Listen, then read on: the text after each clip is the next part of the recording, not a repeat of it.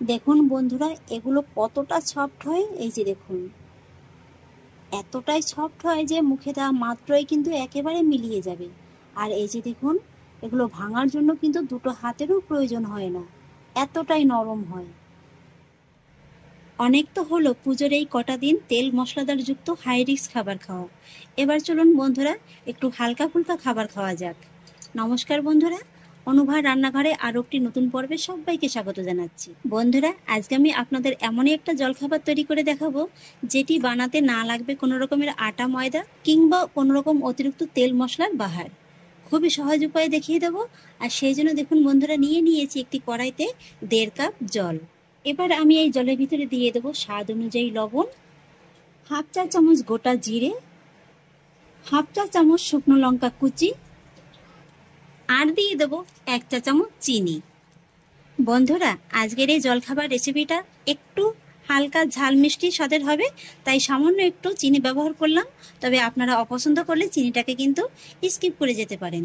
এবার গ্যাসের ফ্লেমটাকে মিডিয়ামে রেখে এই জলটাকে আমি একটু ভালোভাবে গরম করে নেব। জলটা দেখুন বন্ধুরা, খুব ভালোভাবে গরম হয়ে গেছে। এই পর্যায়ে কিন্তু ফ্লেমটাকে একেবারে কমিয়ে দেব। আর তারপর এই জলের ভিতরে অ্যাড করব আমি যে কাপটা মেপে জলটা নিয়েছিলাম সেই কাপেরই 1 কাপ সুজি। এইভাবে অল্প অল্প করে দেব আর জলের সঙ্গে খুব ভালোভাবে নেড়েচেড়ে মিশিয়ে নেব। 1 কাপ সুজির জন্য কিন্তু 1.5 কাপ জলই যথেষ্ট।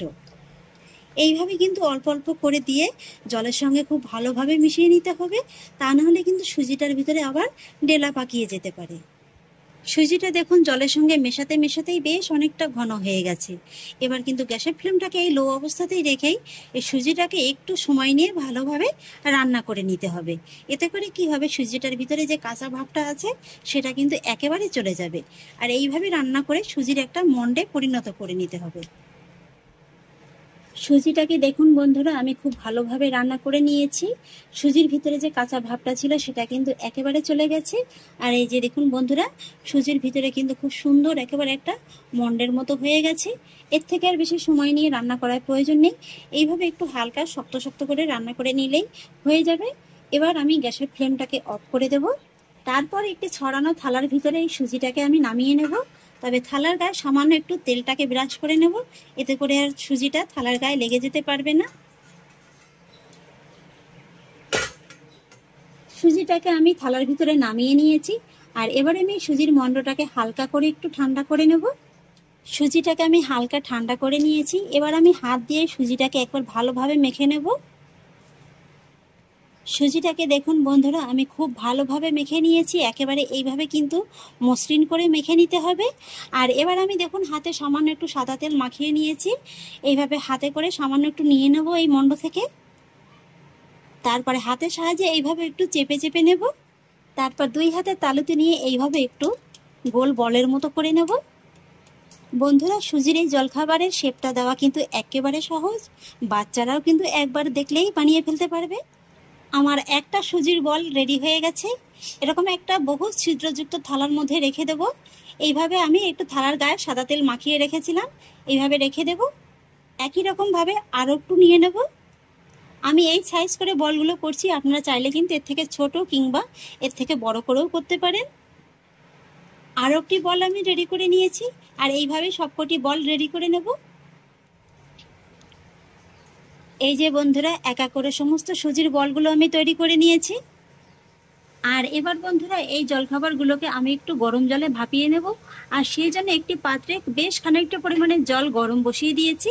জলটাকে কিন্তু খুব ভালোভাবে গরম করে নিয়েছি। এবার আমি জলখাবারের থালাটা এই যে গরম জলের পাত্রের পরে এইভাবে বসিয়ে দেব। আর তারপর ঢাকা চাপা দিয়ে মিডিয়াম হাই ফ্লেমে জলখাবারগুলোকে আমি 4 থেকে 5 মিনিটের মতো ভাপিয়ে নেব। এগুলো ভাপ দিতে খুব বেশি সময় লাগবে না, যেহেতু সুজিটা আগেই রান্না করা আছে। 5 মিনিট হয়ে গেছে, ঢাকাটাকে তুলে নিচ্ছি। এই যে দেখুন বন্ধুরা, জলখাবারগুলো কিন্তু খুব সুন্দরভাবে একেবারে ভাপ দেওয়া হয়ে গেছে। এগুলো দেখুন একদম হাতে কিন্তু লেগে যাচ্ছে না। আর এগুলো দেখুন ফুলে কিন্তু বেশ অনেকটা বড়ও হয়ে গেছে। এবার আমি গ্যাসের ফ্লেমটাকে অফ করে দেব। আর তারপরে থালাটিকে নামিয়ে জলখাবারগুলোকে হালকা করে একটু ঠান্ডা করে নেব। জলখাবারগুলোকে হালকা একটু ঠান্ডা করে নিয়েছি, যার কারণে দেখুন এটা কিন্তু থালা থেকে একেবারে খুব সহজেই উঠে আসছে। এবার আমি জলখাবারগুলোকে সব থালা থেকে তুলে নেব। এবার দেখুন বন্ধুরা, গ্যাসে আমি আবারও কড়াইটিকে বসিয়ে দিয়েছি। কড়াইতে দিয়ে দেবো এই 2 চা চামচের মতো সাদা তেল। তেলের পরিমাণ কিন্তু খুবই কম লাগবে। খুবই সামান্য তেলে কিন্তু হালকা ফুলকা একটি দারুণ সুস্বাদু জলখাবারের রেসিপি তৈরি হয়ে যাবে। এবার তেলটা যখন খুব ভালোভাবে গরম হয়ে যাবে না, তখনই কিন্তু এর ভিতরে অ্যাড করতে হবে কালো সরিষা। এখানে আমি 1/2 টেবিল চামচ কালো সরিষা দিয়ে দিচ্ছি। তারপরে দিয়ে দেবো 1 টেবিল চামচ ছোলার ডাল। এখানে কিন্তু ডালটা কাঁচাই আছে। এবার ডাল আর সরিষাটাকে হালকা করে একটু ভেজে নেব। ডাল আর সরিষাটাকে হালকা করে আমি একটু ভেজে নিয়েছি। এবার আমি এর ভিতরে অ্যাড করব 1 চা চামচ আদা কুচি, 1.5 চা চামচ রসুন কুচি আর 1 চা চামচ কাঁচা লঙ্কা কুচি। আদা, রসুন আর কাঁচা লঙ্কাটাকেও একটু ভালোভাবে ভেজে নেব। আদা, রসুন, কাঁচা লঙ্কা কুচিটাকে একটু ভালোভাবে ভেজে নিয়েছি। এবার আমি এর ভিতরে অ্যাড করব 8 থেকে 10টির মতো কারি পাতা। সেই সঙ্গে অ্যাড করব 1 টেবিল চামচ সাদা তিল আর অ্যাড করব 1/2 টেবিল চামচ শুকনো লঙ্কা কুচি। এখানে যদি আপনারা বাচ্চাদের জন্য করেন তাহলে এই যে শেষের দিকে শুকনো লঙ্কা কুচিটাকে স্কিপ করে যেতে পারেন। এবার এই ফোড়নগুলোকেও আমি হালকা করে একটু ভেজে নেব। সমস্ত ফোড়নগুলোকে আমার খুব ভালোভাবে ভেজে নেওয়া হয়ে গেছে। এবার আমি এর ভিতরে অ্যাড করব এই ভাপিয়ে রাখা সুজির বলগুলো। ফোড়নের সঙ্গে বলগুলোকে ভালোভাবে নেড়েচেড়ে মিশিয়ে নেব। এই সময় কিন্তু আঁচটাকে একেবারে কমিয়ে রাখতে হবে। আর তারপরে অ্যাড করব খুবই সামান্য একটু লবণ। লবণটা এখানে একটু বুঝেই দেবেন, যেহেতু আগেও লবণটা দেওয়া হয়েছিল। আর তারপরে দেখুন অ্যাড করব এই যে 2 টাকা দামের 1 প্যাকেট টমেটো কেচাপ। এটা সম্পূর্ণই অপশনাল, আপনারা অপছন্দ করলে স্কিপ করে যেতে পারেন। তবে এই টমেটো কেচাপটা দিলে কিন্তু বাচ্চারা খুবই ভালোবেসে খেয়ে নেবে। টমেটো কেচাপটাকে এই যে সুজির বলের সঙ্গে ভালোভাবে নেড়েচেড়ে মিশিয়ে নেব। আমার কাছে মনে হচ্ছে টমেটো কেচাপটা একটু কম হয়ে গেছে, তাই আমি আরও 1 প্যাকেট দিয়ে দিচ্ছি। আর সেই সঙ্গে সবশেষে দিয়ে দিচ্ছি সামান্য একটু ধনেপাতা কুচি। এবার জলখাবারগুলোকে এই টমেটো কেচাপ আর ধনেপাতা কুচির সঙ্গে ভালোভাবে নেড়েচেড়ে মিশিয়ে নেব। আর বন্ধুরা, এই বলগুলো ভাপিয়ে নেওয়ার পরে কিন্তু এই তেলের সঙ্গে নাড়াচাড়া করতে খুব বেশি সময় লাগে না। মোটামুটি 3 থেকে 4 মিনিটের ভিতরেই কিন্তু এই জলখাবারটা রান্না হয়ে যাবে।